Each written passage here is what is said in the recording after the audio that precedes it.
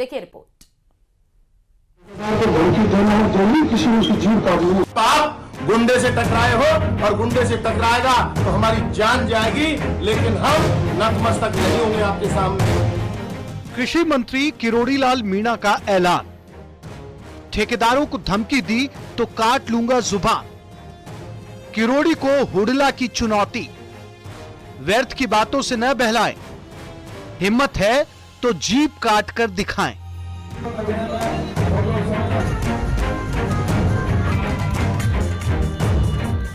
अपनी कार्यशैली से चर्चाओं में रहने वाले किरोड़ी लाल मीणा ने रविवार को एक ऐसा बयान दिया जिस पर बवाल मच गया। दरअसल कृषि मंत्री किरोड़ी लाल मीणा महुआ विधानसभा क्षेत्र के बालाहेड़ी कस्बे में 5.5 करोड़ की लागत से बने CHC का शिलान्यास करने पहुंचे थे। इस दौरान उन्होंने हॉस्पिटल का काम तेजी से करने के निर्देश देते हुए चेतावनी दी कि काम को अटकाने वालों की जीभ काट लूंगा। अब की बात ठेकेदार को धमकी देना हो देनी, किसी ने उसकी जीभ काट लूंगा। बहुत सहन कर लिया इन लुटेरों को, बहुत सुन ली इनकी, और दादागिरी नहीं चलने देंगे, इलाज करेंगे। किरोड़ी लाल मीणा के जीभ काटने के बयान पर प्रतिक्रिया आने में भी देर नहीं हुई। ओम प्रकाश का किरोड़ी लाल मीणा को चैलेंज, हुडला गांव के किसी भी शख्स की जीभ काट कर दिखाए। बहुत हो गया अब आपका भी धमकाना। चोरी करते हो आप, चोरी करता है आपका भतीजा। आपने राजपूत समाज के जमीन पर आपने दुकानें बना ली। आपने महुआ में सोलर प्लांट किरोड़लाल जी आपके कहने पर 3,50,000 का 24,99,450 का खरीद लिया। आपको शर्म नहीं आती भ्रष्टाचार करते हुए? आप दूर दराज में बीकानेर में रेट डालते हो। आपका जो भतीजा है तीसरे नंबर का, उसने डिस्पेंसरी में 6,000 कट्टे खाद के भर रखे, उनको डालिए ना रेड। आप हुडला की तरफ उंगली उठाकर नहीं देख सकते, और आज उंगली उठाकर देख लिया आपने तो हुडला से बुरा कोई नहीं होगा। किरोड़ी और हुडला के बीच तीखे बोल कोई पहली बार सामने नहीं आ रहे। आमतौर पर हुडला अपने निशाने पर किरोड़ी को लेते ही रहते हैं। ये बात और है कि किरोड़ी आमतौर पर हुडला के बयानों पर जवाब देने से बचते हैं, लेकिन रविवार को किरोड़ी ने बिना नाम लिए हुडला पर हमला बोला तो भला ओम प्रकाश हुडला कहां चुप रहते। उन्होंने भी मोर्चा खोल दिया। खैर, अब दोनों ही नेताओं के बयान एक बार फिर चर्चाओं का विषय बने हुए हैं। 2021 से जुड़ा पेपर लीक केस मामले में आज हाईकोर्ट में अंतिम निस्तारण। आपको बता दें कि मामले में राजस्थान सरकार ने अर्जी दायर कर रखी है, जबकि कैलाश चंद और अन्य की भर्ती रद्द करने की याचिका पर सुनवाई है। बता दें कि सरकार ये कह चुकी है कि भर्ती को रद्द करना जल्दबाजी का फैसला होगा। तो बड़ी खबर इस वक्त आपको बता रहे हैं, SI भर्ती 2021 से जुड़ा ये पेपर लीक केस है, और ज्यादा जानकारी के लिए संवाददाता अरबाज हमारे साथ जुड़ चुके हैं। अरबाज, आज का दिन काफी खास रहने वाला है क्योंकि सुनवाई होनी है। क्या कुछ अपडेट है? कितने बजे का समय? जी बिल्कुल, देखिए कि ये सुनवाई आज होगी, और आज भी उम्मीद की जा रही है कि जो लंच से पहले जल्दी ही सुनवाई का नंबर आ जाएगा, और आज जो पक्षकारान हैं उन्हें इस पूरे मामले में अपना अपना एफिडेविट के साथ में जवाब पेश करना है। जिस हिसाब से सरकार ने पिछली सुनवाई में अपनी बात रखी थी और स्पष्ट कर दिया था कि वो भर्ती रद्द नहीं करेंगे, इस पर पक्षकारान को वक्त दिया गया था कि भाई वो सरकार के जवाब से कितने मुतमईन है। मुतमईन होने के साथ साथ इन तमाम चीजों को लेकर के आज क्या जो है बाकी पक्षकारान अपना जवाब रखते हैं, खासतौर पर याचिकाकर्ता की ओर से कहा जाता है, और जो सफल अभ्यर्थियों की तरफ से वकील है वो अपनी क्या बात रखते हैं, ये आज देखना होगा। जी नहीं, भर्ती रद्द करने की याचिका पर एक तरफ जब इसके पहले सुनवाई हुई थी अरबाज, तब देखा गया था सरकार पूरे मोड में है, लेकिन आज ये फैसला हाई कोर्ट क्या कर सकता है, जितनी पीछे दलीलें दी गई हैं इस मामले पर?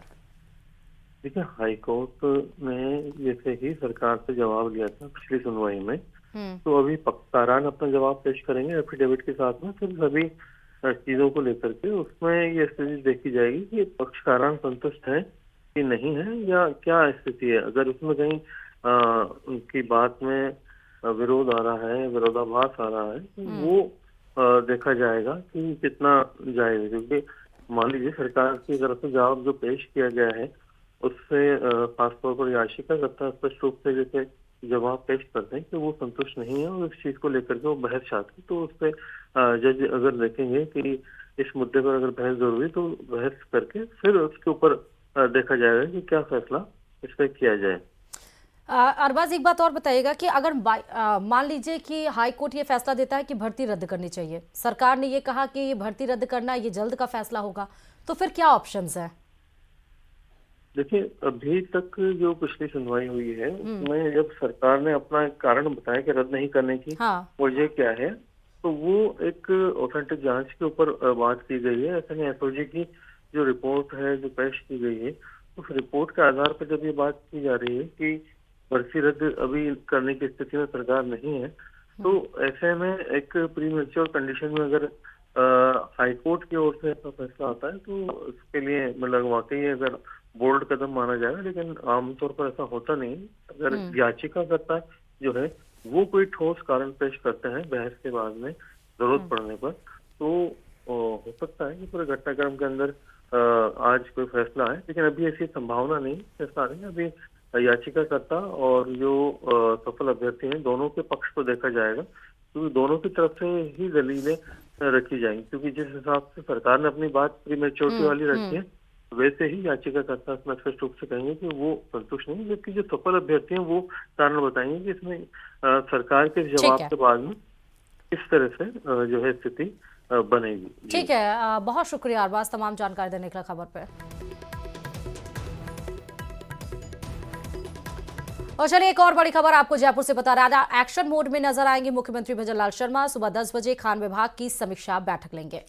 तो आरआईसी में आयोजित पुरस्कार समारोह में सीएम शिरकत करेंगे और इसके बाद कोटा के सांगोद के लिए रवाना होंगे। आपको बता दें कि अंत्योदय संबल शिविर का अवलोकन करेंगे और शाम 5 बजे तक जयपुर लौटने का कार्यक्रम बताया जा रहा है। तो बड़ी खबर जयपुर से, आज एक्शन मोड में सीएम भजनलाल नजर आएंगे और साथ ही साथ आपको बताएं कि सुबह 10 बजे का वो वक्त होगा जब खान विभाग की समीक्षा बैठक लेंगे। आरआईसी में आयोजित पुरस्कार समारोह में भी शिरकत करेंगे। इसके बाद कोटा के सांगोद के लिए रवाना होंगे। अंत्योदय संबल शिविर का अवलोकन करेंगे। शाम 5 बजे तक जयपुर लौटने का भी कार्यक्रम सीएम भजनलाल शर्मा का है। तो आज का प्रस्तावित कार्यक्रम आपको बता रहे हैं, कोटा के सांगोद के लिए रवाना होंगे, अंत्योदय संबल शिविर का अवलोकन करेंगे। एक्शन मोड में आज आपको सीएम नजर आएंगे। 10 बजे खान विभाग की समीक्षा बैठक लेंगे, जो कि और आरआईसी में जो पुरस्कार समारोह आयोजित हो रहा है उसमें भी सीएम शिरकत करेंगे। उसके बाद कोटा के सांगोद के लिए रवाना होंगे, जहां पर अंत्योदय संबल शिविर का अवलोकन किया जाएगा। शाम 5 बजे फिर से वो जयपुर लौटेंगे। ज्यादा जानकारी के साथ संवाददाता रोशन इस खबर पर जुड़ चुके हैं। रोशन, आज सीएम का प्रस्तावित कार्यक्रम है, काफी ज्यादा एक्शन मोड में नजर आएंगे सीएम। जी बिल्कुल, देखिए मुख्यमंत्री भजनलाल शर्मा आज कहा जा सकता है कि विभिन्न कार्यक्रमों के अंदर व्यस्त रहेंगे। सबसे पहले मुख्यमंत्री भजनलाल शर्मा सुबह 10 बजे खान विभाग की जो समीक्षा बैठक है वो लेंगे, जिसके बाद में मुख्यमंत्री भजनलाल शर्मा आरआईसी में स्थित जो खान मंत्रालय द्वारा आयोजित समारोह है, रेटिंग पुरस्कार समारोह, उसमें शिरकत करेंगे, जहां पर केंद्रीय मंत्री किशन सिंह रेड्डी भी उपस्थित रहने वाले हैं। और उसके बाद में मुख्यमंत्री भजनलाल शर्मा कोटा संभाग के दौरे के ऊपर रहेंगे।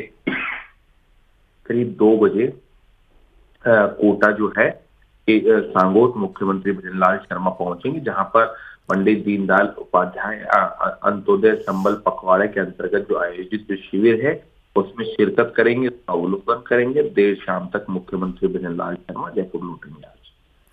ठीक है, आप नजर बना करके रखिए रोशन। फिलहाल शुक्रिया तमाम जानकारी साझा करने के लिए।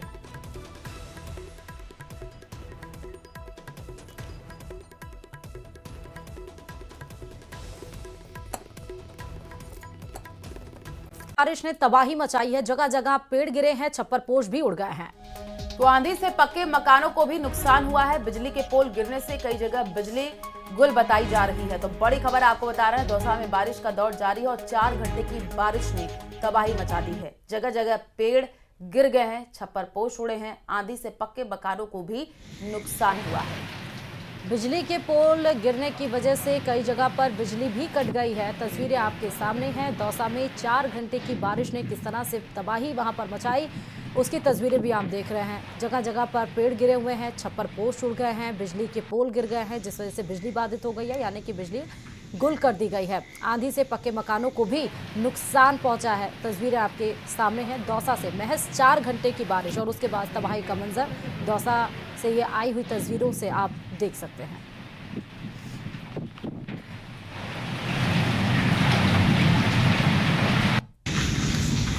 हालांकि मौसम विभाग की तरफ से कल 19 दिनों के लिए बारिश को लेकर अलर्ट भी जारी किया गया था। संभावना जताई गई थी कि मेघ गर्जन के साथ भारी से अति भारी बारिश हो सकती है और दौसा में वही हुआ। दौसा में बीती रात मौसम ने जमकर तबाही मचाई और मंजर ऐसा हो गया कि सैकड़ों की संख्या में पेड़ गिर गए, बिजली के पोल गिर गए, ट्रांसफार्मर गिर गए, जिसके कारण रात से ही बिजली गुल है।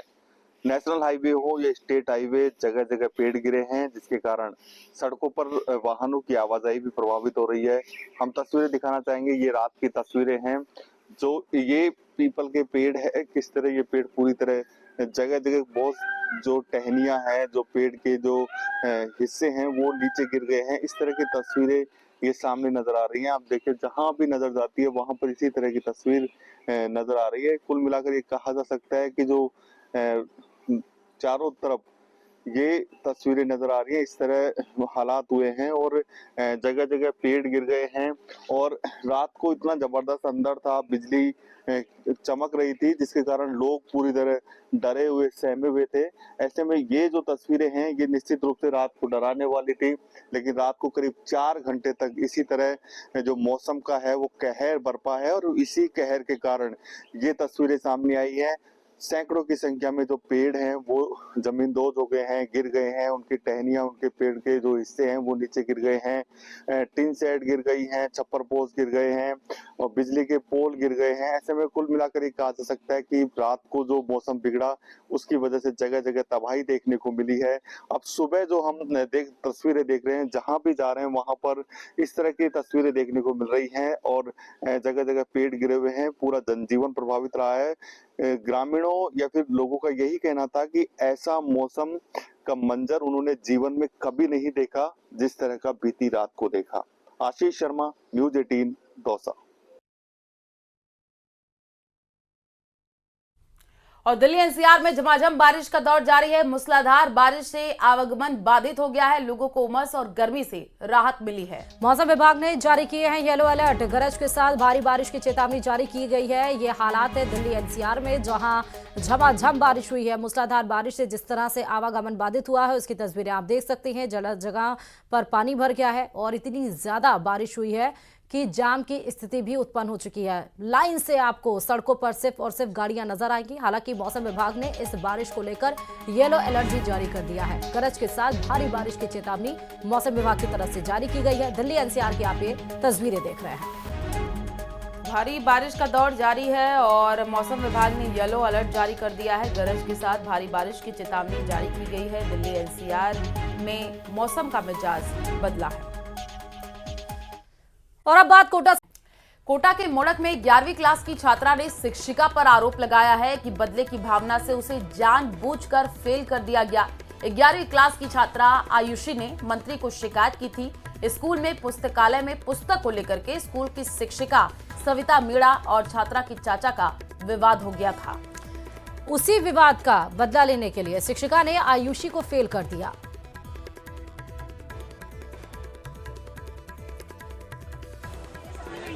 आप टीचर वाले बच्चे भी तो पास हुए ना, उनको कैसे पास करें? एक मिनट भाई, वो तो जो हो गया हो उसमें कुछ नहीं कर सकते। एक मिनट का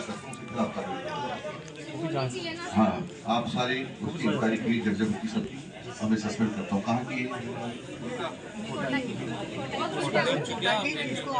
क्या नाम है?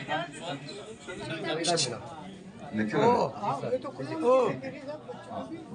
करूँगा इसका इलाज। आपकी ड्यूटी दे रहा हूँ मैं आपको, उसको जांच करके डीओ के थ्रू भेजिए मेरे पास। उसमें क्या सस्पेंड उसमें कॉपी। सामलिया सेठ की दरबार में सिर्फ मन्नतें नहीं मांगी जाती हैं, यहाँ विश्वास, समर्पण और भक्ति की असल परीक्षा होती है। और जब वो पूरी होती है तो मिसाल बन जाती है। ये रिपोर्ट देखिए।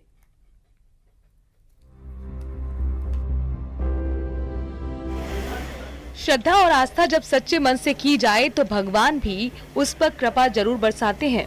चित्तौड़गढ़ जिले के डूंगला कस्बे से एक ऐसी ही भावुक और प्रेरणादायक कहानी सामने आई है। यहाँ एक व्यापारी परिवार ने मेवाड़ के प्रसिद्ध श्री सावलिया सेठ के दरबार में अपनी मन्नत पूरी होने पर ठाकुर जी को चांदी से बना पेट्रोल पंप और 56 भोग अर्पित किए। दरअसल व्यवसाय के बेटे ने पेट्रोल पंप खोलने के लिए कई बार आवेदन किया, लेकिन हर बार कोई न कोई अड़चन आ गई। उम्मीदें टूटने लगी तो सावलिया सेठ के दर पर पहुंचकर मन्नत मांगी कि अगर पेट्रोल पंप की मंजूरी मिल जाएगी तो वो चांदी का पेट्रोल पंप ठाकुर जी को अर्पित करेंगे। कुछ ही हफ्तों में उनकी मुराद पूरी हो गई। सावलिया सेठ ने उनकी मन्नत पूरी कर दी। बड़ी सादड़ी क्षेत्र में सावरिया फिलिंग स्टेशन के नाम से पेट्रोल पंप का शुभारंभ हुआ।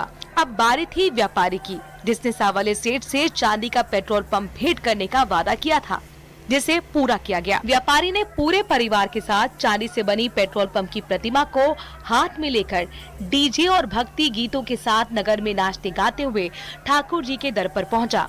56 भोग अर्पित किए, ठाकुर जी को चांदी का पेट्रोल पंप समर्पित किया। पूरा पंडाल सावलिया सेठ की जय के जयकारों से गूंज उठा। श्रद्धालुओं के लिए ये क्षण आस्था और आनंद से भरपूर था।